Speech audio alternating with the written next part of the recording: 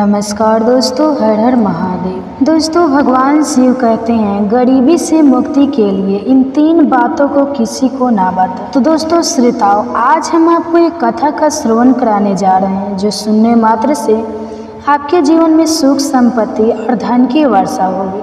तो चलिए कथा को प्रारंभ करते हैं। भगवान और शिव माता पार्वती है। ये 3 बातें मानव को कभी किसी को नहीं बतानी चाहिए। जो मानव इन 3 बातों को नहीं बताता वह इंसान कभी भी गरीब नहीं रहेगा। फिर माता पार्वती कहती है, हे प्राणनाथ, वह कौन सी 3 बातें हैं जिन्हें जान लेने से इंसान को कभी भी दुखों का सामना नहीं करना पड़ेगा। तब भगवान शिव कहते हैं, हे देवी, आज मैं पृथ्वी लोक पर एक सन्यासी का रूप धारण करके यह 3 बातें बताने जा रहा हूँ। कृपया आप इस कहानी को ध्यान से सुनिए। अगर आप यह कहानी सुन रहे हैं तो इसे पूरा सुनिए। इस कथा को अधूरा छोड़कर जाने की गलती मत करिएगा, क्योंकि इस पवित्र कथा को पूरा सुनने से मनचाहे फल की प्राप्ति होगी। इसलिए इस कथा को पूरा सुने। अगर आप शिव भक्त हैं तो भोलेनाथ का अनादर ना करें। भगवान शिव जो सन्यासी के रूप में थे, कहते हैं आज की इस प्यारी सी कहानी की शुरुआत करते हैं। प्राचीन समय की बात है। एक नगर में एक धनवान सेठ रहता था। उसके घर में किसी चीज़ की कोई कमी नहीं थी और उसका व्यापार बहुत अच्छा चल रहा था। उसकी पत्नी भी बहुत खुश रहती थी, क्योंकि सेठ हर महीने उसके लिए नए नए गहने खरीदता था और उसे बहुत प्रसन्न रखता था। तो दोस्तों, सेठ के घर के बगीचे में एक वट वृक्ष था। उस वट वृक्ष के नीचे सन्यासी अपना आसन बिछाकर ध्यान किया करते थे। सेठ और सेठानी दोनों सन्यासी की बहुत सेवा करते थे और उनकी देखभाल करते थे, क्योंकि वह सन्यासी कई सालों से उस वट वृक्ष के नीचे रह रहे थे। सेठ हर रोज सन्यासी को घर का भोजन देता था और सन्यासी भी उनके बहुत प्रेम करते थे। भगवान शिव जो सन्यासी के रूप में थे वह बहुत सुखी थे, क्योंकि उन्हें किसी चीज़ के लिए कहीं और नहीं जाना पड़ता था। सेठ और सेठानी हर रोज़ उन्हें स्वादिष्ट भोजन खिलाते थे।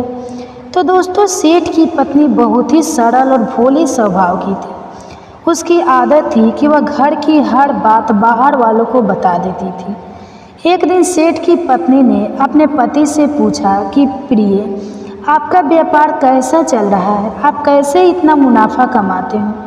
तो दोस्तों, अपनी पत्नी का ऐसा सवाल सुनकर सेठ ने सारी बात बता दी। सेठ ने कहा, प्रिय, मैं अनाज का धंधा करती हूँ। मैं चंबल की घंटी से अनाज खरीदता हूँ और उसे महंगे दामों में बेच देता हूँ। तो दोस्तों, अपने पति की यह बात सुनकर सेठानी बहुत प्रसन्न हुई। उसने सोचा, मेरे पति तो बहुत ही बुद्धिमान है। यह बात तो सारे नगर वालों को पता होनी चाहिए कि मेरे पति इतने बुद्धिमान हैं और इतना ज़्यादा धन कमाते हैं। तो दोस्तों, अब सेठ की पत्नी ने पूरे नगर में यह बात फैला दी तो उनके पति इस तरीके से पैसा कमाते हैं। अब क्या था, नगर के कुछ लोगों को जब यह पता चला कि सेठ किस प्रकार धन अर्जित करता है तो वे सभी भी अनाज का धंधा करने लगे। अब नगर के बहुत से लोग अनाज का व्यापार करने लगे। सेठ जो पहले कम दाम में अनाज खरीदता था, अब वही अनाज महंगे दामों में बिकने लगा। सेठ का धंधा थोड़ा कम चलने लगा, उसे मुनाफा नहीं होता और धीरे धीरे वह गरीब होता गया। सेठ का पूरा धंधा बैठ गया। यह देखकर वह बहुत चिंतित और दुखी हो गया। तो दोस्तों, एक दिन की बात है। सेठ अपने व्यापार की परेशानी से तंग आकर बगीचे में बैठा था। तभी भगवान शिव जो सन्यासी थे वहाँ आए और कहने लगे, सेठ जी, क्या बात है, आज आप कुछ परेशान लग रहे हैं। तब सेठ बताता है, हे संत महात्मा, मेरा व्यापार बहुत मंदा चल रहा है। मुनाफा बहुत कम हो गया है। नगर के बहुत से लोगों ने अनाज का धंधा शुरू कर दिया है, जिससे मेरा धंधा बैठता जा रहा है। भगवान शिव जो सन्यासी के रूप में थे, सेठ की बातें सुनकर कहते हैं, सेठ जी, क्या आपने किसी को बताया था कि आप किस प्रकार अपना धन अर्जित करते हैं, किस प्रकार आप अपनी जीविका चलाते हैं? तब सेठ कहता है, हाँ संत महात्मा, मैंने अपनी पत्नी को सारी बात बताई थी। वह मुझसे पूछ रही थी कि आप इतना धन कैसे कमाते हैं। तब मैंने उसे बताया था कि मैं अनाज का व्यापार करके धन अर्जित करता हूँ। अब सन्यासी को सारी बात समझ में आ जाती है। सन्यासी कहते हैं, सेठ जी आपने बहुत बड़ी गलती कर दी है। आपको सेठानी जी से यह बातें नहीं करनी चाहिए थी। आज मैं आपको एक कहानी सुनाता हूँ और इस कहानी के माध्यम से बताऊंगा कि चाहे कितने भी गरीबी इंसान हो, यह 3 बातें कभी किसी को नहीं बतानी चाहिए। इससे गरीबी आपके आसपास भी नहीं भटकेगी। तो अब सन्यासी जी को भगवान शिव थे। अपनी कहानी प्रारंभ करते हैं। सन्यासी कहते हैं, सेठ जी एक समय की बात है, एक नगर में एक गरीब आदमी रहता था। वह इतना गरीब था कि अपने परिवार के लिए ठीक से भोजन भी नहीं जुटा पाता था। फिर सन्यासी कहते हैं, सेठ जी गरीबी मनुष्य के लिए एक अपमानजनक दुख है। बिना धन के गृहस्थी और घर चलाना बहुत मुश्किल है। फिर सन्यासी आगे कहते हैं, सेठ जी वह गरीब आदमी जैसे तैसे अपने घर वालों का पेट पाल रहा था। कभी उन्हें भोजन मिल जाता था तो कभी भूखे पेट ही सोना पड़ता था। एक दिन उस गरीब आदमी की पत्नी ने कहा, हमारे पास तो धन ही नहीं है। सुबह का खा ले तो शाम की उम्मीद नहीं है, शाम को खा ले तो सुबह की उम्मीद नहीं है। आखिर ऐसे कब तक चलेगा? मैं जैसे तैसे करके घर चला लूँगी, लेकिन आप धन कमाने के लिए परदेश चले जाइए। इस प्रकार से हमारे परिवार का गुजारा नहीं चलेगा। मनुष्य के पास चाहे कितना भी धन हो, लेकिन अगर उसके पास कोई काम नहीं है तो वह धन भी बेकार होता है। अगर हम कुछ नहीं करेंगे तो अपने बच्चे को कैसे पालेंगे? भूखे मरने से अच्छा है कि किसी की छोटी मोटी मजदूरी ही कर ले। अब पत्नी के बार बार कहने पर वह गरीब आदमी धन कमाने की आस लेकर घर से निकल पड़ा। वह जंगलों के रास्ते से परदेश के लिए रवाना हुआ। चलते चलते वह एक जंगल में पहुंच गया। दूर की यात्रा तय करते करते बेचारा थक चुका था। तभी उसने देखा कि आगे एक छायादार बरगद का पेड़ है। उस पेड़ की लंबी लंबी शाखाएं थी और उसकी जड़ें जमीन को छू रही थी। शीतल छाया देखकर वह बेचारा गरीब आदमी उस पेड़ के नीचे बैठकर आराम करने लगा। दोस्तों, सन्यासी आगे कहते हैं, वह गरीब आदमी बरगद के नीचे आराम करते से लेटा हुआ था। तभी उसने देखा कि कहीं से एक सांप आया और वह सांप उसी पेड़ पर चढ़ गया। गरीब आदमी उस सांप को गौर से देख रहा था और सोचने लगा कि यह सांप इस बरगद पर क्यों चढ़ रहा है और अब क्या करेगा। तभी उसने देखा कि उस पेड़ की डाल पर तोता और मैना का घोंसला था।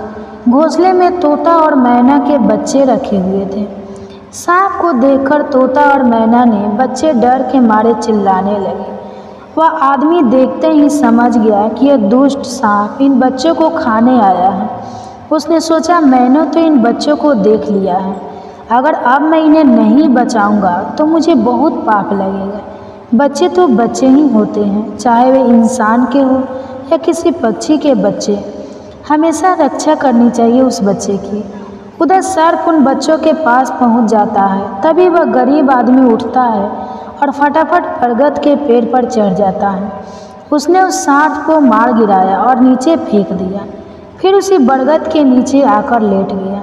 तोता और मैना के बच्चे अपनी रक्षा करने वाले उस गरीब आदमी को मन ही मन बहुत दुआएं देने लगे। उसी समय तोता और मैना अपने बच्चों के पास आते हैं। अपने माता पिता को पास आया देखकर तोता और मैना के बच्चे बहुत खुश होते हैं और उन्हें पूरी घटना बताते हैं कि आज इस वृक्ष के नीचे जो इंसान लेटा है वह हमारे लिए देवदूत बनकर आया है। हमें खाने के लिए एक भयंकर सर्प आया था। इसी इंसान ने उस भयानक सर्प को मारकर हमारे प्राण बचाए हैं। हम इसके ऋणी हो गए हैं। अगर ये इंसान उस सर्प को नहीं मारता तो आज हम घोंसले में जीवित नहीं होते। इसका हम पर बड़ा एहसान हो गया है। अपने बच्चों के मुख से उस मुसाफिर की प्रशंसा सुनकर तोता और मैना बहुत खुश होते हैं। तोता और मैना उस गरीब आदमी के पास पहुंचते हैं और कहते हैं, हे मनुष्य, तुमने आज हमारे बच्चों की जान बचाकर हमें अपना ऋणी बना लिया है। आप कौन हो और कहाँ जा रहे हो? तोता और मैना के पूछने पर वह गरीब आदमी कहता है, हे पक्षियों, मैं एक गरीब आदमी हूँ और धन कमाने के लिए परदेश जा रहा हूँ। सफ़र का थका हारा था तो इस बरगद की छाया में बैठकर आराम करने लगा। तभी मैंने देखा कि एक दुष्ट सर्प तुम्हारे बच्चों को खाने के लिए तुम्हारे घोंसले के पास जा रहा था। मैंने उसे मार डाला। फिर तोता और मैना बोला, भाई तुमने हम पर बहुत बड़ा उपकार किया है। संसार में सबसे बड़ी खुशी बच्चों से होती है। बच्चों से अधिक प्रिय तो किसी को कोई नहीं होता। आप भी तो धन कमाने के लिए अपने बच्चे के लिए ही जा रहे हैं। अब आपने हमारे बच्चों की जान बचाई है तो हम आपके बच्चों की भूख मिटाना चाहते हैं। तब उन्होंने बताया, हम दोनों तोता और मैना नाम के पक्षी हैं। हम हमेशा कीमती मोती खाते हैं और हमने सुना है कि यह मोती मनुष्य के लिए बहुत मूल्यवान होते हैं। कल पक्ष में तृतीया तिथि को किया जाता है और तृतीया तिथि के दिन इस व्रत को किए जाने के कारण स्त्रियों में यह व्रत अधिकतर जो के नाम से जाना जाता है। सुहागन स्त्रियाँ इस व्रत को धारण करती है अपने पति की सुरक्षा के लिए, सुहाग की सुरक्षा के लिए और पति सुख की कामना से, जबकि कुंवारी लड़कियाँ यह वृंदावन करती है इच्छित भर अपने की आशा से, मतलब मनचाही जीवन साथी की कामना से या फिर योग्य जीवन साथी की कामना से या शीघ्र विवाह की कामना से कुंवारी कन्याएं भी हरतालिका तीज का व्रत धारण करती हैं। पुराणों में ऐसा कहा गया है कि इस व्रत को धारण करने वाली स्त्रियां पार्वती के समान सुखपूर्वक जीवन यापन करके शिवलोक को प्राप्त होती हैं। इसलिए इस व्रत को धारण करना अत्यंत श्रेष्ठ माना जाता है। शास्त्रों के अनुसार इस व्रत को धारण करने का नियम क्या है? जो भी हरतालिका तीज का व्रत धारण करते हैं सुबह सूर्योदय से पहले उठकर और भगवान शिव जी का स्मरण करें, फिर नित्य कर्मों से निर्वित होकर स्नान करके उस स्थान पर जहाँ पर पूजा करना हो, जैसे कि शिवालय में पूजा करना हो या फिर घर में पूजा करना हो, जहाँ पर भी पूजा करना हो, कथा करनी हो, ऐसे स्थान पर पहले अच्छे से साफ सफाई कर लीजिए। फिर यदि हो सके तो शिव मंदिर में या फिर जहाँ पर आप चौकी लगा रहे हैं वहाँ पर भगवान शिव और माता पार्वती की पूजा के लिए एक सुंदर मंडप तैयार करें, जैसे कि केले के वंदन मार लगे, निष्कौन पुष्प मालाओं से सुज्जित करें और फिर एक मंडप तैयार करके यहीं पर भगवान शिव की प्रतिमा स्थापित करें। अच्छा देखिए, शास्त्रों में ऐसा कहा गया है कि सुहाग चलने वाली स्त्रियों को शंकर और पार्वती की बालू अर्थात रेत की प्रतिमा बनाकर उसे इस मंडप में स्थापित करके फिर पूजा करना चाहिए। अब बालू या फिर रेत नहीं मिलता है तो ऐसे में आप मिट्टी की प्रतिमा भी बना सकते हैं। और किसी कारणवश अगर आप मिट्टी की प्रतिमा भी नहीं बना पाते हैं तो ऐसे में आप चाहे तो शिवलिंग आपके घर में है उस शिवलिंग की भी पूजा कर सकते हैं। या फिर जैसे कि अगर आप मंदिर जाकर पूजा कर रहे हैं तो मंदिर में जो शिवलिंग है तो वहाँ पर उसे शिवलिंग की भी पूजा कर सकते हैं। मतलब शिवलिंग आवश्यक है या फिर शिव और पार्वती की कोई मूर्ति कच्ची मिट्टी की मिल जाती है तो आप वो भी ले सकते हैं। विधि विधान से भगवान शिव की पूजा करने के बाद पूजा में शिव और पार्वती से संबंधित कोई भी श्लोक आप पढ़ सकते हैं या फिर चाहे तो शिव चालीसा का पाठ कर सकते हैं। उसके बाद एक कराचित होकर कथा का पाठ करना चाहिए या फिर कथा सुननी चाहिए। तो आप सुनते हैं हरतालिका तीज व्रत की कथा, जिनके दिव्य केसन पर मंदार अर्थात आगे की पुष्पों की माला शोभा देती है और जिन भगवान शंकर के मस्तक पर चंद्र और कंठ से मूड़ों की माला पड़ी हुई है, जो माता पार्वती दिव्य वेष्टन से तथा भगवान शंकर दिव्यंगर वेश में धारण किया है, उन दोनों भवानी शंकर को हम नमस्कार करते हैं। एक समय की बात है, कैलाश पर्वत के सुंदर शिखर पर माता पार्वती जी ने श्री महादेव जी से पूछा, महेश्वर मुझे आप वह गुप्त से गुप्त वार्ता कहिए जो सबके लिए सब धर्म से भी सरल तथा महान फल देने वाली हो। नाथ, यदि आप मुझ में पर भले भांति प्रश्न है तो आप उसे मेरे समझ प्रकट कीजिए। हे जगन्नाथ, आप आदि मध्य और अंत ही थे, आपकी माया का कोई पर नहीं है। आपको मैंने किस भांति प्राप्त किया है और कौन से व्रत का पालन किया है, फिर दान का पुण्य फल से आप मुझको मिले हैं, किस रूप में मिले? देवी पार्वती के इस प्रश्न को सुनकर श्री महादेव जी बोले, देवी सुनो, मैं तुम्हारे समझ उस व्रत को कहता हूँ जो परम गुप्त है, जैसे तारागणों में चंद्रमा, अग्रहण में सूर्य, वर्णों में ब्राह्मण, देवताओं में गंगा, पुराणों में महाभारत, वेदों में साम और इंद्रियों में माँ श्रेष्ठ है, वैसे ही पुराण और वेद सब में इसका वर्णन आया है, जिसके प्रभाव से तुमको मेरा आधा आसन प्राप्त हुआ है। शुक्ला पक्ष की हस्त छात्र संयुक्त तृतीया अष्टि के दिन इस व्रत का अनुष्ठान मंत्र करने से सब पापों का नाश हो जाता है। तुमने पहले हिमालय पर्वत पर इसी महान व्रत को किया था जो मैं तुम्हें सुनाता हूँ। पार्वती जी बोली, प्रभु इस व्रत को मैंने किस लिए किया था यह मुझे सुनने की इच्छा है, कृपा करके कहिए। शंकर जी बोले, आर्यभट्ट में हिमालय नामक एक महान पर्वत है जहाँ निकोन प्रकार की भूमि निकोन प्रकार के वृक्षों से सुभूषित है, जो सदैव बर्फ से ढके हुए तथा गंगा की कलकल ध्वनि से शब्द एमन राहत है।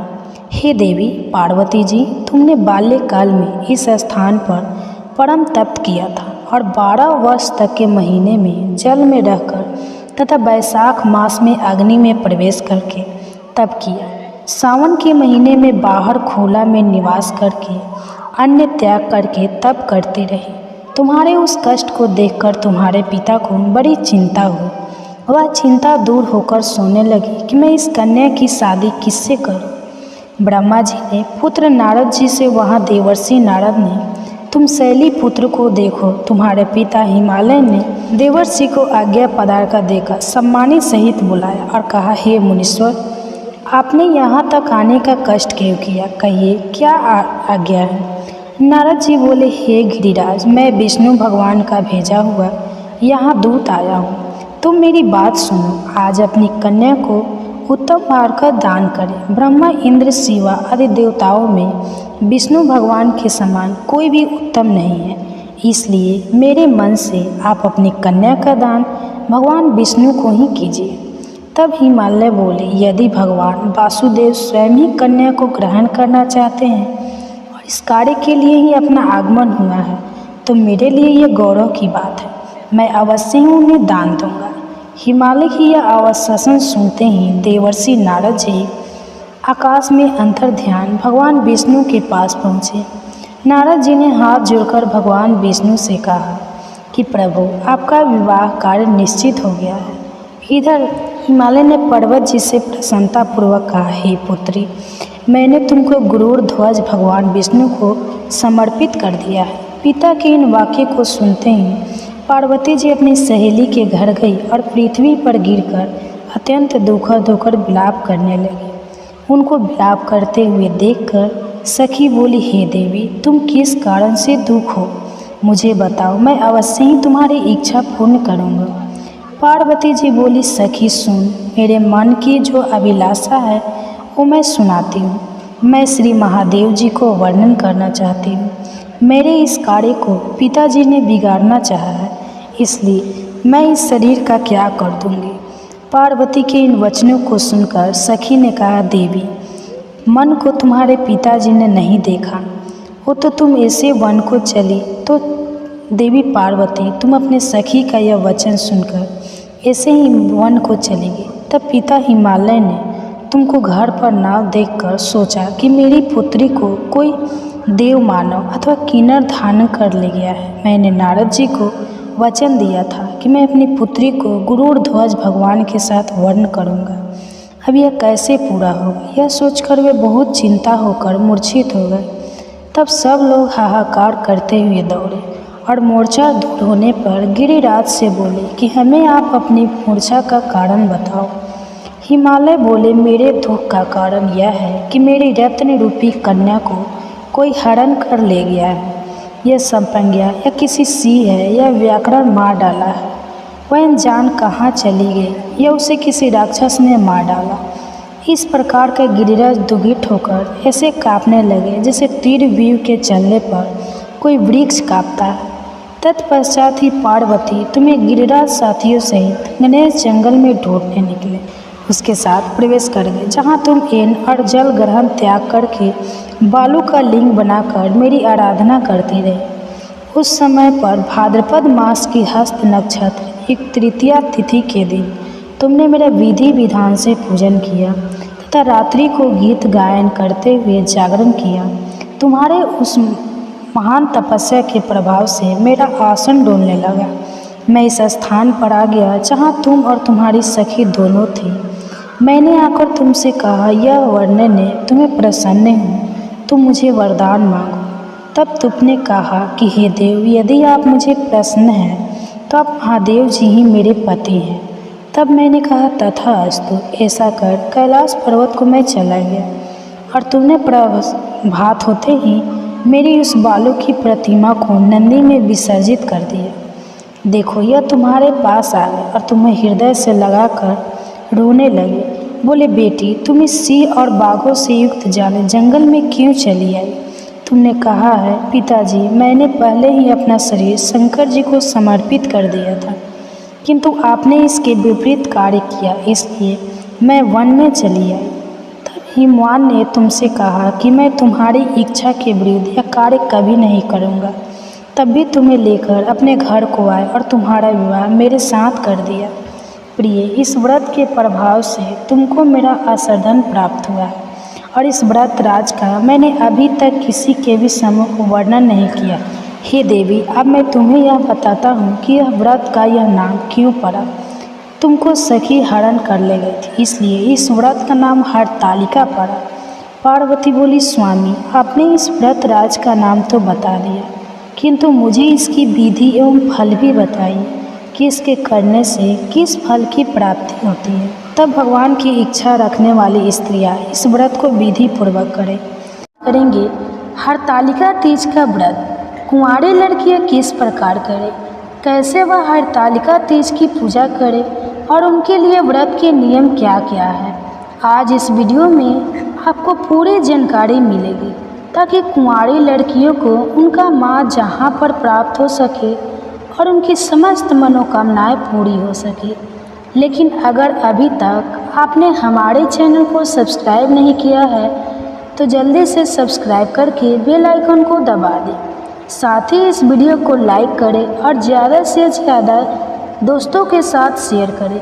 तो आइए शुरू करते हैं दोस्तों हरतालिका तीज का पाठ। तो दोस्तों, हरतालिका तीज भादो मास के शुक्ल पक्ष की तृतीया तिथि को मनाया जाता है। यह व्रत सुहागिन महिलाएं अपने पति की लंबी उम्र के लिए करती हैं। दोस्तों, यह व्रत जितना खास सुहागिन महिलाओं के लिए होता है, उतना ही व्रत कुंवारी लड़कियों के लिए भी खास महत्व रखता है। इस दिन भगवान शिव और माता पार्वती जी की पूजा का विधान ऐसा कहा जाता है कि इस दिन माता पार्वती ने भगवान शिव को पति के रूप में अपने के लिए कठोर तपस्या की थी। दोस्तों, हरतालिका तीज का व्रत सुहागन महिलाओं के साथ साथ कुंवारी लड़कियों के लिए भी खास होता है। यदि कोई कुंवारी लड़की इस दिन पूरे विधि विधान से व्रत रखती है और पूजा करती है तो उसे मनचाहे वर की प्राप्ति होती है। यदि कोई कुंवारी लड़की किसी को प्रेम करती है और अगर वह हरतालिका तीज का व्रत रखती है तो उसे उसका प्रेमी पति के रूप में अवश्य प्राप्त होता है। इतना ही नहीं, उसे कन्या का वैवाहिक जीवन भी सदा सुख में बना रहता है। इसके साथ जिन लड़कियों के विवाह में विलम्ब हो रहा है या कोई दिक्कत या अड़चन आ रही है तो उसे भी हरतालिका तीज का व्रत जरूर रखना चाहिए। इस व्रत को रखना विवाह का योग शीघ्र बताता है और यदि किसी लड़की की कुंडली में कोई ग्रह दोष है या कोई ऐसा योग बन रहा है जो उसके विवाह में बड़ा देर लगा रहा है तो उसे भी हरतालिका तीज का व्रत जरूर रखना चाहिए। इस व्रत को रखने से ग्रह समाप्त होता है और विवाह में आ रही अड़चन, सभी प्रकार की परेशानियां भी खत्म हो जाएगी। तो दोस्तों, चलिए अब जानते हैं कि कुंवारी लड़कियों के हरतालिका तीज के दिन व्रत और पूजा कैसे करनी है। तो सबसे पहले कुंवारी लड़कियों को यह डिसाइड करना चाहिए कि हरतालिका तीज का व्रत भी निर्जला करेगी या फिर फलाहार। आपको पता ही होगा कि हरतालिका तीज का व्रत निर्जला और निराहार रहना चाहिए, लेकिन अगर आप बिना जल और अन्न ग्रहण करें इस व्रत को नहीं कर सकती तो फिर आप फलाहार करके भी इस व्रत को कर सकती हैं। लेकिन इस व्रत में आपको नमक का सेवन नहीं करना चाहिए और इस व्रत का पारण अगले दिन सुबह किया जाएगा। दोस्तों, यह व्रत और अच्छे से लेकर अगले दिन सूर्योदय तक किया जाता है, इसलिए इस दिन भर का उपवास रखना चाहिए। इसके अलावा इस दिन श्रृंगार भी करना चाहिए। श्रृंगार में कुंवारी लड़कियां इस दिन अपने हाथ में मेहंदी और हरे रंग की चूड़ी जरूर पहने। इसके अलावा हो सके तो पूजा के समय हरे रंग या पीले रंग के कपड़े पहने और माथे पर छोटी सी बिंदी लगा लेने और पैरों में पायल आदि पहन लेने। तो बस आप ध्यान रखिए कि इस दिन आपको काले, सफ़ेद, भूरे या नीले रंग के कपड़े नहीं पहनना है। इस दिन आप हरे, पीले, लाल रंग के कपड़े पहने, यही शुभ रहेगा। आपको बता दें कि हरतालिका तीज पर माता पार्वती को सुहाग यानी श्रृंगार का समाज भी चढ़ाया जाता है। इसके लिए आप पहले से ही सुहाग की सारी सामग्री तैयार कर लें। इससे आप साड़ी या लाल चुनरी, मेहंदी, लिपस्टिक, बस ध्यान रखिए कुंवारी लड़कियां श्रृंगार के समाज में सिंदूर और बिछिया ना चढ़ाएं। बाकी आप कितनी भी सामग्री ले सकती हैं। आप 5, 7, 11 आइटम अपनी इच्छा के अनुसार रख सकते हैं। दोस्तों, इस दिन कुंवारी लड़कियों को जल्दी सुबह उठकर स्नान आदि करके स्वच्छ वस्त्र धारण करना चाहिए। फिर इसके बाद आप अपने घर की पूजा स्थल पर बैठकर व्रत का संकल्प लें। आप अपने दाहिनी हाथ में थोड़ा सा जल, अक्षत, पुष्प लेकर व्रत का संकल्प लें और अपनी मनोकामना बोलें। इसके बाद आप अपनी डेली वाली पूजा करें और भगवान शिव पार्वती जी की पूजा और आरती भी करें। इसके बाद आपका निर्जला व्रत स्टार्ट हो जाएगा। या जिन लोगों ने फलाहारी व्रत रखा है तो वह सुबह की पूजा के बाद फलाहार कर सकते हैं। अब इसके बाद आप पूजा के लिए बालू या रेत या काली मिट्टी से भगवान से माता पार्वती और गणेश जी की मूर्ति अपने हाथों से बनाएं। दोस्तों, हरतालिका तीज की पूजा कहीं कहीं सुबह कर ली जाती है और कई जगह हरतालिका तीज की पूजा प्रदोष काल में यानी शाम को की जाती है। प्रदोष काल यानी 3 रात के मिलने का समय होता है, तो आप प्रदोष काल में पूजा करें कि श्रेष्ठ रहेगा। यदि आप शाम को पूजा कर रहे हैं तो पुनः स्नान करके स्वच्छ वस्त्र पहनकर थोड़ा श्रृंगार करके रेडी हो जाइए। अब आप पूजा के स्थान को साफ सुथरा करके गंगा जल छिड़क कर शुद्ध कर लेंगे। अब एक लकड़ी की चौकी पर लाल रंग का वस्त्र बिछा लेंगे। उस पर भगवान शिव, माता पार्वती और गणेश जी की मूर्ति स्थापित करते हैं और उनका श्रृंगार करें। उन्हें सुंदर चमकीले वस्त्र पहनाएं, गहनों से सजाएं और फुलेरा आदि बनाएं। अब आप सबसे पहले गणेश जी का पूजन करें, इसके बाद शिव जी का और माता पार्वती जी का पूजा करें। दोस्तों, शिव जी को सफ़ेद चंदन का तिलक लगाएं, बेलपत्र, धतूरा, फूल माला आदि अर्पित करें। शिव जी को वस्त्र चढ़ाएं। इसके बाद माता पर भेंट करें, पूजा करें, उन्हें सुहाग का सामान चढ़ाएं। अब माता पार्वती और शिव जी को भोग लगाएं। आप सफ़ेद मिठाई या घर पर बनी मिठाई का भोग लगाएं। आप हलवे का भोग भी लगा सकते हैं। इस दिन खासकर करी, खीरे का भोग जरूर लगाएं। फिर जो भी फल उपलब्ध हो उसका भोग लगाएं। इस दिन घाट पर लोग पार्वती जी के जेवर भी बनाकर चढ़ाते हैं। इसके बाद दूध देवताल कर हरतालिका तीज की व्रत कथा पढ़ें। वह सुने। कथा सुनने के बाद आरती करके विधिवत पूजा को संपन्न करें। इसके बाद इसने रात्रि जागरण जरूर करें, भजन कीर्तन करें। फिर अगले दिन सुबह प्रातःकाल पुनः स्नान करके पूजा आदि करें। पूजा में कुंवारी लड़कियों को माँ गौरी जी के माथे पर सिंदूर लगाना है और वही सिंदूर अपने माथे पर लगाते हुए मंगोरी से प्रार्थना करें कि माँ मुझे अच्छा सुयोग सुहाग देना और आपका शीघ्र विवाह हो जाए। ध्यान रखें कि कुंवारी लड़कियों को सिंदूर माता पार्वती की मांग में नहीं लगाना। तो मैंने यह सुहागन स्त्रियां करती है व्रत, तो माता को सिंदूर चढ़ाकर सुहाग के लिए वो अपने लिए लगा लेती है। तो कुंवारी लड़कियां ऐसा ना करें। अब आपने जो भी भोग प्रसाद चढ़ाया है उसे खाकर अपने व्रत का पालन करें। आपका कड़ी खीरा हलवा खाकर व्रत खोल सकें। और अंत में जो भी पूजन सामग्री है उसे एकत्र करके साथ में भगवान की मूर्ति किसी नदी या तालाब में विसर्जित करें। इस प्रकार से आप हरतालिका तीज का व्रत पूर्ण करें। तो दोस्तों, ये जानकारी आपको अच्छी लगी तो कमेंट्स में हर हर महादेव और जय माता पार्वती जरूर लिखें।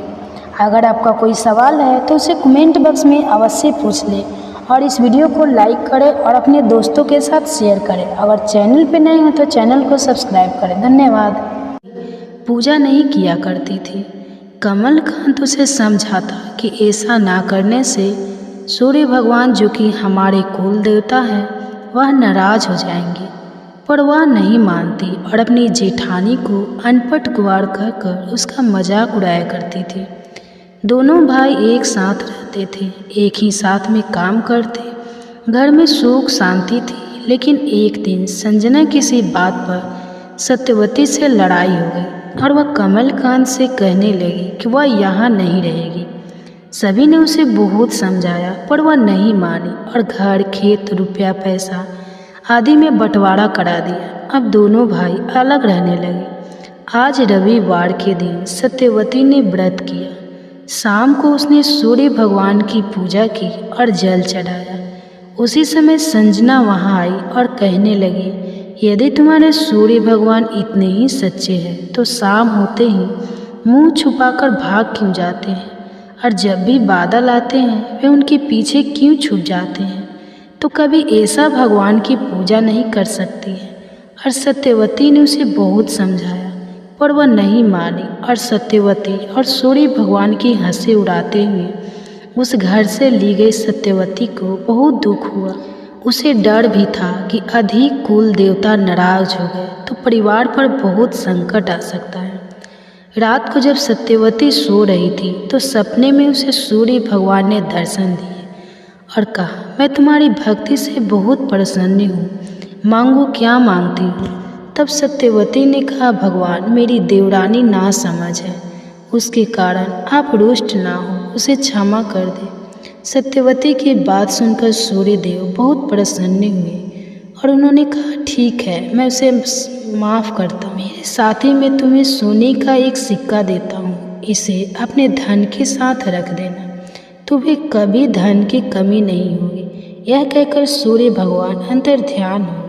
सुबह जब सत्यवती उठी तो देखा उसके सिरहाने सोने का सिक्का चमक रहा था। उसने अपने पति को सपने के बारे में बताया। राम प्रकाश ने सूर्य भगवान को नमस्कार किया और सिक्का अपने सिंदूक में रख दिया। कुछ दिन बाद जब उन्होंने सिंदूक खोला तो वह अधीन जेवर आदि से भरा था और उनके बीच वह सोने का सिक्का चमक रहा था। दोनों पति पत्नी अमीर हो गए। उन्होंने बहुत बड़ा मकान बनवाया और उसमें सूर्य देवता की बड़ी सी प्रतिमा स्थापित की। संजना को जब यह बात पता लगी तो उसने अपने पति से कहा, आप जाकर पता करो कि उनके पास इतना धन कहाँ से आया। कमलकांत ने मना किया पर संजना लड़ने लगी। तब कमलकांत राम प्रकाश के घर गया। दोनों भाई गले मिले और एक दूसरे से बातें करने लगे। कमलकांत के पूछने पर राम प्रकाश ने उसे सब बता दिया कि संजना ने जब यह सुना तो उसने भी लालच में आकर सूर्य भगवान का व्रत किया, पर उसके मन में जरा भी श्रद्धा नहीं थी। उसने बड़ी मुश्किल से दिन का आटा और शाम को व्रत खोला। रात में वह सोई पर उसे कोई भी सपना नहीं आया। सुबह उठकर देखा तो कहीं कोई सिक्का नहीं था। उसे लगा उसके जेठ जेठानी ने उसके पति से झूठ बोला है, भगवान तो होते ही नहीं। इस तरह वह लड़ने के लिए बाहर निकली। तभी वारे अधिकारी खड़ा था। उसने संजना से खाना मांगा। संजना ने उसे डांट कर भगा दिया कि वह सत्यवती के घर पहुंची। वहां जाते ही सत्यवती ने उसका स्वागत किया और पूछा कि क्या हुआ था। तब संजना ने उसे सब बता दिया। तब सत्यवती ने हंसकर कहा, भगवान किसी भी रूप में आ सकते हैं। आज अधिकारी को तुमने भगा दिया, वे सूर्य देवी ही थे। तुम्हारे यहाँ आने से पहले वह मेरे घर भोजन करके असली रूप में प्रकट होकर आशीर्वाद देकर चले गए हैं। तब संजना को अपनी भूल का एहसास हुआ और उसने वही सूर्य देव की प्रतिमा के पैर पकड़ लिए और माफ़ी मांगने लगी। सत्यवती और संजना दोनों ने भगवान सूर्य देव की पूजा की। पूजा के बाद सत्यवती ने सोने का सिक्का संजना को दिया। उसने मना कर दिया, उसके लालच मिल चुका था। उसके बाद जब मैं अपने घर वापस आई तो उसका घर धन धान्य से भर चुका था। सूर्यदेव इसी प्रकार सदा अपने भक्तों के जीवन में प्रकाश करते रहते हैं। सूर्यदेव दोस्तों, आपको यह कहानी अच्छी लगी हो तो इसे अपने दोस्तों के साथ भी शेयर करें और हमारे चैनल को सब्सक्राइब करके बेल आइकन को भी प्रेस कर लें। दोस्तों, भगवान सूर्य की एक और कथा आपको सुनाने जा रहा हूँ, इसको भी आप ध्यानपूर्वक सुनिए। एक ब्राह्मण और ब्राह्मणी रहते थे किसी गांव में। दोनों ही बहुत ही गरीब ब्राह्मण छोटा मोटा काम करके अपने घर का खर्चा चलाते थे। ब्राह्मण बहुत ही धार्मिक स्वभाव की थी। सूर्य देव की परम भक्त और भगवान सूर्य की पूजा ब्राह्मण अपने काम पर निकल जाते तो ब्राह्मण भगवान सूर्य देव की पूजा पाठ करके फिर दूसरा काम करते थे। उनके रोजाना करने से पूजा पाठ, पहले भगवान सूर्य देव की पूजा करते थे, उसके बाद दूसरे काम करते थे। एक दिन की बात है, ब्राह्मण अपने काम से जल्दी घर आ गया तो उन्होंने ब्राह्मण को पूजा पाठ करते हुए देखा। तो ब्राह्मण ब्राह्मणी से कहा कि तुम क्यों पूजा पाठ करती हो, क्यों अपना समय बर्बाद करती हो? पूजा पाठ से कुछ नहीं होता। तुमने इतना पूजा पाठ किया, तुम्हें हम जैसे पहले थे वैसे ही हैं। मुश्किल से 2 वक्त की रोटी की व्यवस्था हो जाती है। हमारा जीवन गरीबी में ही बीत रहा है, भगवान कुछ नहीं दिया। तुम बेकार में पूजा पाठ करती हो, पूजा पाठ करना छोड़ दो। लेकिन ब्राह्मणी ने कहा कि आप क्यों नाराज होते हैं? मुझे भगवान सूर्य देव पर पूरा विश्वास और कभी न कभी हमारी पुकार जरूर सुनेंगे और हमारे दिन भी बदलेंगे। ब्राह्मण ने कहा, ठीक है, तुम अगर इतना विश्वास है तो तुम पूजा पाठ रोज करो। ब्राह्मण अंदर चला जाता है। अगले दिन सुबह उठते ही सूर्य देव की पूजा करती है ब्राह्मणी और सूर्य देव से हाथ जोड़कर विनती करती है कि मेरी विनती सुन लो भगवान, हमें इतना कि हमारे जीवन में आसानी से 2 वक्त की रोटी मिल सके। ब्राह्मणी बहुत दुखी होती है कि जब ब्राह्मणी रात में सो रही होती है तो भगवान सूर्य देव उसे सपने में दर्शन देते हैं और कहते हैं, ब्राह्मणी, मैं तुम्हारी पूजा से बहुत खुश हूँ, तुम्हें जो चाहिए वो मांग लो। सूर्य देव ने कहा कि तुम्हें जो कुछ भी चाहिए वो तुम मांगो। ब्राह्मणी इधर उधर देखती कि वो आंगन में जाती तो आंगन में सोने के उपलक्ष्य में की ब्राह्मण उन रुपयों को देखती और बहुत खुश होती और वह कहती कि भगवान सूर्य देव ने मेरी प्रार्थना सुन ली। फिर वह ब्राह्मण को सारी बात बताई। ब्राह्मण ने ब्राह्मणी को कहती है कि मैं आपसे कहा था कि सूर्य देव जरूर हमारी रक्षा करेंगे। सूर्य भगवान ने हमें यह सोने के सिक्के उपहार में दिए हैं, अब हम इन्हें ले जाकर और अपना कुछ काम शुरू करेंगे। और ब्राह्मणी बहुत खुश होती है तो कहती है, मुझे विश्वास नहीं कि तुम्हारे भगवान हमारा जीवन कैसे बदल देंगे। तो ब्राह्मणी कहती है, अब हम भगवान पर विश्वास करने लगे और ब्राह्मण के साथ भगवान सूर्य देव की पूजा करने लगे। नमस्कार दोस्तों, हर हर महादेव। दोस्तों, प्रत्येक माह की कृष्ण चतुर्दशी को शिवरात्रि मनाई जाती। मान्यता है कि भादो मास की कृष्ण चतुर्दशी को मध्य रात्रि में भगवान शिव लिंग रूप में प्रकट हुए थे और शिवलिंग की पहली बार पूजा अर्चना भगवान विष्णु और भगवान ब्रह्मा जी द्वारा संपन्न हुई थी। इसलिए फाल्गु भादो कृष्ण चतुर्दशी को महाशिवरात्रि मनाई जाती है, जबकि अन्य सभी कृष्ण चतुर्दशी को मासिक शिवरात्रि मनाई जाती है। मासिक शिवरात्रि के दिन व्रत करने से हर मुश्किल कार्य आसानी से हो जाता है। इस दिन जो भी कन्याएं मनोवांछित वर पाना चाहती है या जिनके यहाँ में किसी भी प्रकार की रुकावट आ रही है, वह मगर मासिक शिवरात्रि का व्रत करे तो उनकी हर समस्या दूर हो जाती है। तो शिव पुराण में कहा गया है कि इस दिन जो भी सच्चे मन से व्रत करता है और व्रत कथा सुनता है, उसकी हर इच्छा पूरी हो जाती है। जो भी श्रद्धालु मासिक शिवरात्रि का व्रत करना चाहते हैं वह इसे महाशिवरात्रि से आरंभ कर सकते हैं और 1 साल तक कायम रख सकते हैं। यह माना जाता है कि मासिक शिवरात्रि के व्रत को करने से भगवान शिव की कृपा द्वारा कोई भी मुश्किल और असंभव कार्य पूरे किए जा सकते हैं। श्रद्धालुओं को शिवरात्रि के दौरान जागे रहना चाहिए और रात्रि के दौरान भगवान शिव की पूजा अर्चना करना चाहिए और अविवाहित महिला इस व्रत को अविवाहित होने हेतु एवं विवाह महिलाएं अपने विवाहित होने जीवन में सुख और शांति बनाए रखने के लिए इस व्रत को करती है। मासिक शिवरात्रि अगर सोमवार के दिन पड़ती है तो बहुत ही शुभ होती है। शिवरात्रि पूजन मध्य रात्रि के दौरान किया जाता है। मध्य रात्रि को निश्चित आकार के नाम से जाना जाता है और यह 2 घंटे के लिए प्रबल होती है। तो दोस्तों आइए जानते हैं मासिक शिवरात्रि की पूजा विधि। दोस्तों मासिक शिवरात्रि के दिन सुबह सूर्योदय से उठकर स्नान आदि कार्यों से निर्मित हो जाए। अपने पास के मंदिर में जाकर भगवान शिव परिवार की धूप दीप नैवेद्य फल और फूलों आदि से पूजा करना चाहिए।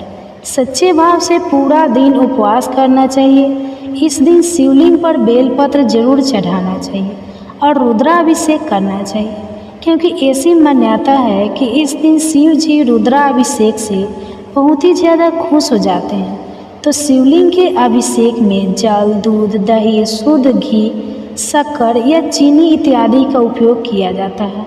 वहीं अगले दिन भगवान शिव की पूजा के बाद दान आदि करके ही अपने व्रत का पालन करें। अपने संकल्प के अनुसार व्रत करके ही उसका विधिवत तरीके से पूजन करना चाहिए। शिवरात्रि पूजन मध्य रात्रि के दौरान किया जाता है। रात को 12 बजे के बाद थोड़ी देर जाकर भगवान शिव की आराधना करें और शिव चालीसा का पाठ करें। इससे आर्थिक परेशानियां दूर होती है। इस दिन सफ़ेद वस्तुओं के दान की अधिक महिमा होती है। इससे कभी भी आपके घर में धन की कमी नहीं होगी। अगर आप सच्चे मन से मासिक शिवरात्रि का व्रत रखते हैं तो आपका कोई भी मुश्किल कार्य आसानी से हो जाएगा। इस दिन शिव पार्वती की पूजा करने से सभी कष्टों से मुक्ति मिलने की भी मान्यता है। तो दोस्तों आइए सुनते हैं मासिक शिवरात्रि व्रत कथा। तो आप लोगों से विनम्र निवेदन है कि यह कथा अंत तक जरूर सुनें। दोस्तों एक समय की बात है, पूर्व काल में चित्रभानु नामक एक शिकारी था। जानवरों की हत्या करके वह अपने परिवार को पालता था। वह एक साहूकार का कर्जदार था, लेकिन उसका ऋण समय पर न चुका। इसलिए क्रोधवश साहूकार शिकारी को शिवमठ में बंदी बना लिया।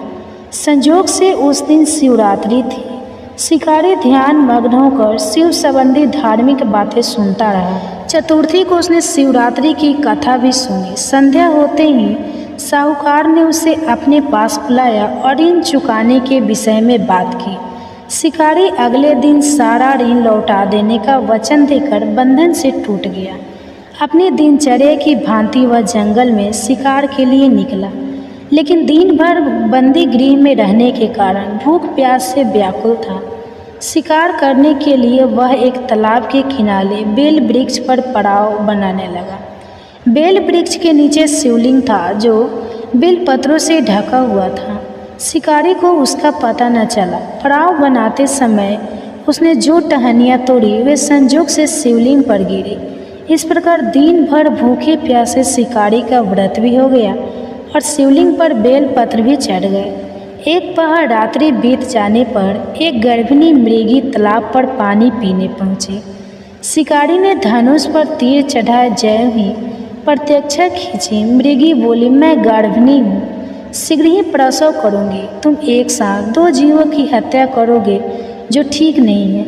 मैं अपने बच्चों को जन्म देकर शीघ्र ही तुम्हारे सामने प्रस्तुत हो जाऊँगी। तुम मुझे मार लेना। शिकारी ने प्रत्यक्षा ढीली कर ली और मृगी झाड़ियों में लुप्त हो गए। प्रत्यक्षा चढ़ाने तथा भी लिए करने के वक्त कुछ बेलपत्र अन्यास ही टूटकर शिवलिंग पर गिर गए। इस प्रकार उसे अनजाने में ही प्रथम पहर का पूजन भी संपन्न हो गया और फिर कुछ ही देर बाद एक और मृगी उधर से निकली और शिकारी की प्रसन्नता का ठिकाना न रहा। समीप आने पर उनसे धनुष पर बाण चढ़ाया। तब उसे देख मृगी ने विनम्रतापूर्वक निवेदन किया, हे शिकारी, मैं थोड़ी देर पहले ही ऋतु से निर्मित हुई हूँ। कामातुर बड़हिनी हूँ, अपने प्रिय की खोज में भटक रही हूँ। मैं अपने पति से मिलकर शीघ्र ही तुम्हारे पास आ जाऊँगा। शिकारी ने उसे भी जाने दिया।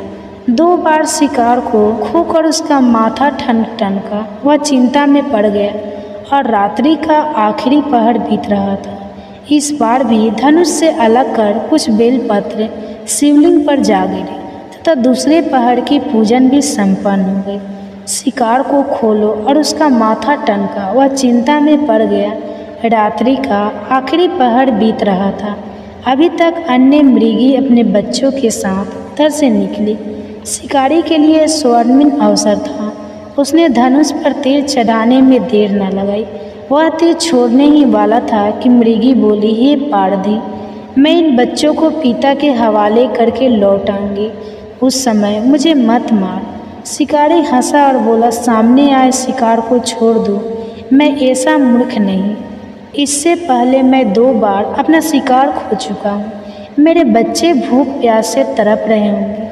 तब उत्तर में मृगी ने फिर कहा, जैसे तुम्हें अपने बच्चों की ममता सता रही है, ठीक वैसे ही मुझे भी सता रही है। इसलिए सिर्फ बच्चों के नाम पर मैं थोड़ी चीर के लिए जीवन दान मांग रही हूँ। यह शिकारी, मेरा विश्वास करो, मैं इनके पिता के पास छोड़कर तुरंत लौटने की प्रतिज्ञा करती हूँ। और फिर मृगी की दंस्वर सुनकर शिकारी की उस पर दया आ गई और उसने उस मृगी को भी जाने दिया। शिकार के अभाव में बेल वृक्ष पर बैठा शिकारी बेल पत्र तोड़ तोड़ कर नीचे फेंकता जा रहा था। पाँव पटकने को हुए तो एक हष्ट पुष्ट मृग उसी रास्ते पर आया। शिकारी ने सोच लिया कि शिकार तो वह अवश्य करेगा। शिकारी की तनी प्रत्यक्षा देखकर मृग विनीत स्वर में बोला, हे शिकारी भाई, यदि तुमने मुझसे पूर्व आने वाली 3 मृगियों तथा छोटे छोटे बच्चे को मार डाला है तो चीर मारने में विलम्ब न करो, ताकि उन्हें वियोग में मुझे एक क्षण भी दुख न सहना पड़े। मैं उन मृगियों का पति हूँ। यदि तुमने उन्हें जीवन दान दिया है तो मुझे भी कुछ क्षण जीवन दान देने की कृपा करो। मैं उनसे मिलकर तुम्हारे सामने उपस्थित हो जाऊंगा। और मृग की बात सुनते ही शिकारी के सामने पूरी रात का घटना चक्र घूम गया। उसने सारी कथा मृग को सुना दी।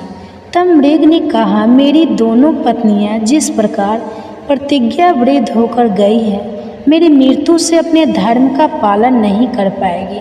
अतः जैसे तुमने उन्हें विश्वास पात्र मानकर छोड़ा है, वैसे ही मुझे भी जाने दो।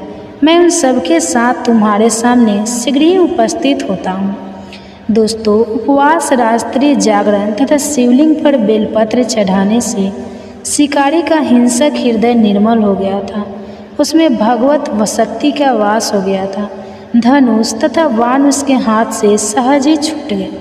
भगवान शिव की अनुकंपा से उसका हृदय करुणिक भाव से भर गया। वह अपने अतीत के कर्मों को याद करके पश्चाताप की ज्वाला में जलने लगा। और फिर थोड़ी ही देर बाद मृग सब परिवार शिकारी के समक्ष उपस्थित हो गया ताकि वह उनका शिकार कर सके। किंतु जंगली पशुओं की ऐसी सत्यता, सात्विकता एवं सामूहिक प्रेम भावना देखकर शिकारी को बड़ी ग्लानि हुई। उसके नेत्रों से आंसुओं की झड़ी लग गई। उस मृग परिवार को न मारकर शिकारी ने अपने कठोर हृदय को जीव निशा से हटा दिया, सदा के लिए कोमल एवं दयालु बना लिया। दोस्तों, अनजाने में शिवरात्रि के व्रत का पालन करने पर भी शिकारी को मोक्ष की प्राप्ति हुई।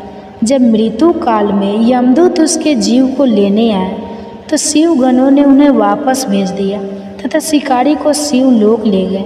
शिव जी की कृपा से ही अपने इस जन्म में राजा चित्रभानु अपने पिछले जन्म को याद रख पाए तथा महाशिवरात्रि के महत्व को जानकर उसका अगले जन्म में ही पालन कर पाए। दोस्तों, शिकारी की कथा अनुसार हमें यह संदेश मिलता है कि भगवान को महादेव तो अनजाने में किए गए व्रत का भी फल दे देते हैं, पर वास्तव में महादेव शिकारी की दया भाव से प्रसन्न हुए अपने परिवार के कष्ट का ध्यान होते हुए भी शिकारी ने मृग परिवार को जाने दिया। यह करुणा ही वस्तुत शिकारी को उन पंडित एवं पुजारियों से उत्कृष्ट बना देती है जो कि सिर्फ रात्रि जागरण, उपवास, युमन, दूध, दही, बेलपत्र आदि द्वारा भगवान शिव को प्रसन्न कर लेना चाहते हैं। दोस्तों, इस कथा में सबसे महत्वपूर्ण बात यह भी है कि इस कथा में अनजाने में हुई पूजन पर विशेष बल दिया गया है। इसका अर्थ यह नहीं है कि भगवान शिव किसी भी प्रकार से किए गए पूजन को स्वीकार कर लेते हैं अथवा भोलेनाथ जाने या अनजाने में हुई पूजन में भेद नहीं कर सकते हैं। दोस्तों, वास्तव में वह शिकारी शिव पूजन नहीं कर रहा था। इसका अर्थ यह भी हुआ कि वह किस तरह के किसी फल की कामना भी नहीं कर रहा था। उसने मृग परिवार को समय एवं जीवन दान दिया जो कि शिव पूजन के सामान्य है। भगवान शिव का अर्थ ही कल्याण होता है। उन निरीह प्राणियों का कल्याण करने के कारण ही शिकारी शिव तत्व को जान पाया तथा शिव उसका साक्षात हुआ है। और हाँ दोस्तों, परोपकार करने के लिए महाशिवरात्रि का दिवस होना भी आवश्यक नहीं है। पुराण में 4 प्रकार के शिवरात्रि पूजन का वर्णन है। मासिक शिवरात्रि, प्रथम आदि शिवरात्रि अथवा महाशिवरात्रि, और पुराण में वर्णित अंतिम शिवरात्रि है नित्य शिवरात्रि। वस्तुत प्रत्येक रात्रि ही शिवरात्रि है। अगर हम पर कल्याणकारी आशुतोष भगवान में तुमको लीन कर दे तथा कल्याण मार्ग का अनुसरण करे तो वही शिवरात्रि का सच्चा व्रत है। हे भोलेनाथ, जैसी कृपा अपने रुचिकारी पर की वैसे ही कृपा इस कथा को कहते सुनते और हमारा धरती पर करना। तो सब मिलकर बोलिए भोलेनाथ की जय। दोस्तों, अगर आप लोगों को ये वीडियो अच्छी लगी हो तो प्लीज़ लाइक करें, शेयर करें, कमेंट करें और मेरे चैनल को सब्सक्राइब कर बेल आइकन को भी प्रेस कर लें ताकि नोटिफिकेशन आप सबको मिल सके। धन्यवाद। तो हरे कृष्णा, इसी सुविचार के साथ आप सभी का दिन शुभ और मंगलमय हो। कान्हा जी का आशीर्वाद सदा आप सभी पर बना रहे। इससे पहले की कथा सुनने के लिए आप सभी को बहुत बहुत धन्यवाद। आप सुनिए आज की कथा। ब्रह्मा जी कहते हैं, हे ब्राह्मणों, सब तीर्थों और क्षेत्रों में जो जप, होम, व्रत और तपस्या तथा दान के फल प्राप्त होते हैं उनमें से कोई ऐसा दिखाई नहीं देता जो पुरुषोत्तम क्षेत्र में रहने के फल की बराबरी कर सके। अब बारंबार अधिक कहने की क्या आवश्यकता। वह पुरुषोत्तम क्षेत्र सबसे महान है। यह बात सत्य है, सत्य है, एकदम सत्य है। समुद्र के जल से घिरे हुए पुरुषोत्तम तीर्थ का एक बार भी दर्शन कर लेने पर तथा ब्रह्मा विद्या का एक बार भी बोझ हो जाने पर मनुष्य फिर गर्भ में नहीं आता। जहाँ भगवान विष्णु का सन्निध है उस उत्तम पुरुषोत्तम क्षेत्र में 1 वर्ष या फिर 1 मास तक भगवान की उपासना करें। ऐसा करने वाले पुरुष ने जप, होम तथा भारी तपस्या की है। वह उस परम धाम में जाता है जहाँ साक्षात ईश्वर श्रीहरि विराजमान रहते हैं। ब्रह्मा जी की बात सुनकर मुनिगण कहने लगे, भगवान, हमें तीर्थ की महिमा का विस्तार पूर्वक श्रवण करने पर भी तृप्ति नहीं होती, इसलिए आप पुनः किसी गोपनीय तीर्थ का वर्णन कीजिए। ब्रह्मा जी कहने लगे, श्रेष्ठ ब्राह्मणों, पूर्व समय में देवर्षि नारद ने मुझसे यही प्रश्न पूछा था। उस समय मैंने प्रयत्न पूर्वक जो कुछ उनसे कहा था वही तुम्हें भी बतलाता हूँ। सुनो नारद जी। नारद जी ने पूछा, जगपते स्वर्गलोक, मृतलोक और रसातल में कुल कितने तीर्थ हैं तथा सभी तीर्थों में सदा कौन सबसे बढ़कर तीर्थ है? कृपया बताइए। ब्रह्मा जी बोले, देवर्ष, स्वर्गलोक, मृतलोक और रसातल में 4 प्रकार के तीर्थ हैं। दव, आसु, आर्स और मानुष, यह तीनों लोक में विख्यात है। जम्बू द्वीप में भारतवर्ष तीर्थ भूमि है, वह तीनों लोकों में विख्यात है। बेटा, वह कर्म भूमि है, इसलिए उसे तीर्थ कहते हैं। पहले मैंने तुम्हें जो बताए हैं वे सब तीर्थ भारतवर्ष में ही हैं। हिमालय और विंध्य पर्वत के बीच में 6 ऐसी नदियाँ हैं जिनका प्रकट ब्रह्मा, विष्णु तथा शिव इन देवताओं से हुआ है। इसी प्रकार दक्षिण समुद्र तथा विंध्य पर्वत के बीच में भी 6 देव संभव नदियाँ हैं। यह 12 नदियाँ प्रधान रूप से बताई गई हैं। गोदावरी, भीमरती, तुंगभद्रा, कृष्णवनी, तापी और पयोसनी यह विंध्य पर्वत के दक्षिण की नदियाँ हैं। भागीरथी, नर्मदा, यमुना, सरस्वती, विशोका और विशस्त यह विंध्याचल और हिमाचल पर्वत से संबंध रखने वाली नदियाँ हैं। इन पुण्यम नदियों को देव तीर्थ बताया गया है। कोलासल वृत्त